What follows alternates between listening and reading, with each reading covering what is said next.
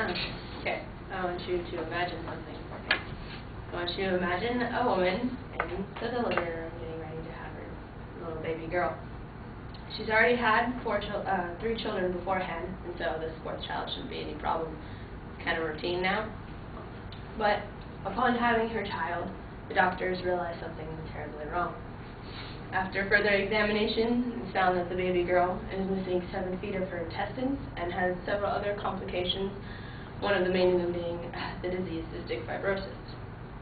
The parents are not allowed to take their child home with them, and over the next 2 months, this baby is in and out of hospitals until ultimately she dies.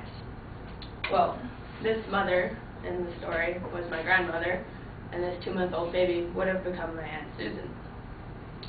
Today, I want to talk to you about the disease cystic fibrosis. First, I'll just describe the basics for it for you, then what causes it and its symptoms. Okay. Cystic fibrosis is an inherited disease. It causes a thick, sticky mucus to build up in the lungs, as you can see right there, and in the digestive tracts. According to the Cystic Fibrosis Foundation, it is affecting about 30,000 children and adults in the U.S. alone, but is more common in children. The mucus is dangerous because it does 2 things. It clogs up the lungs, that leads to infections that are life-threatening, and it also blocks your pancreas from and stops enzymes that help you break down and absorb food. Now that the basics are covered, let's move on to what causes it. Cystic fibrosis is caused by one tiny little thing. It's caused by one gene on one chromosome. Chromosome number 7, to be exact. Right there where the red is.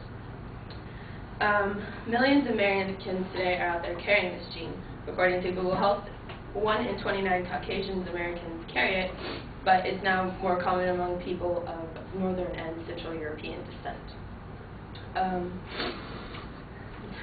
Now, it's got one cause, but the symptoms are very easy to spot. It's a deadly disease, and in newborns, you can tell because there's a delay in growth and there's failure to gain weight normally, and there's also a lack of a bowel movement within the first 48 hours of life. Specifically for the bowel area, there's severe pain from constipation, increased gas, bloating with a distended stomach. There's nausea, loss of appetite, and weight loss, and the stool is actually pale in color and has mucus. In the lungs and sinus, the symptoms are coughing, increased mucus, increased sinus, lungs, fatigue, nasal congestion, recurring pneumonia, fever, and shortness of breath. These are just symptoms of it. They're not very life-threatening, like, oh, that sounds like a cold. But cystic fibrosis can lead to a number of ailments throughout the whole body, like these, including nasal polyps, portal hypertension, osteoporosis, and hypertrophic osteoarthropathy.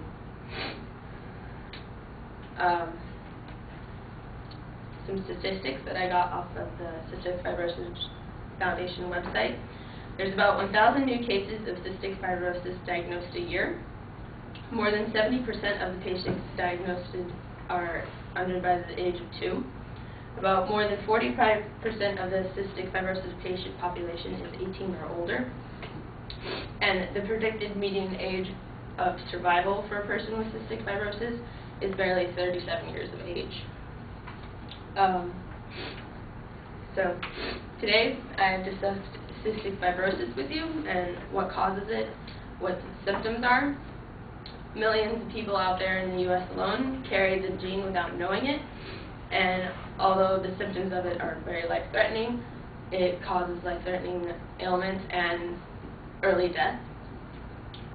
There are no preventative measures known, but there are treatments available that can prolong life.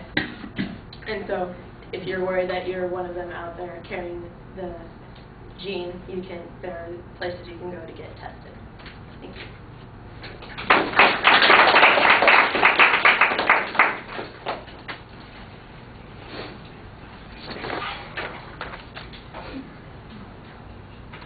So Connie, what did you think? I thought her intro and her attention never was, I liked it a lot. I don't know how, but it kind of like put you in that situation. And I liked her visuals. I liked the DNA. Overall, I think she did well.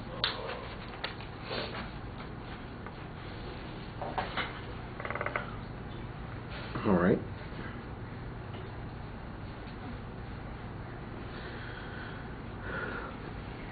Well, I thought that you did some things really well and some things need a little bit more work. I like the visualization that you have at the beginning, just like Connie was talking about. I thought it was pretty effective, and you talked to us during that, and I think that's also one of those things that sometimes people don't do.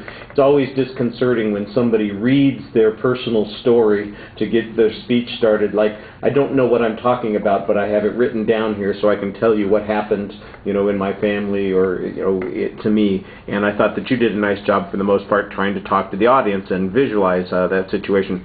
The topic's pretty clear. I think you've got an okay justification. Your personal justification draws us in a little bit.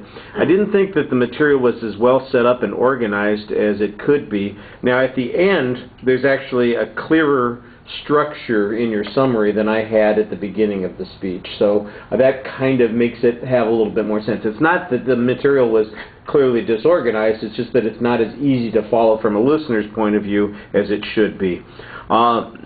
We had a lot of information. It sounded like it came from legitimate sources. You only were citing the sources occasionally, so you want to be a little bit more consistent about that. I thought that you had the visuals planned pretty well with the transition slides so that you know, they were out of the way. We weren't looking at something that wasn't relevant at the time that you were talking about it.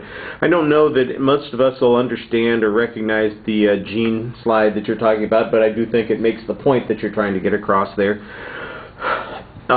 It felt a little bit like you kind of rushed through the presentation, and I think there are a couple places where you could tell us a story, give us some examples or hypotheticals, do something that's going to pull us a little bit more into the material. As it is, it just seems like it's a very brief primer on the subject. All right, thank you.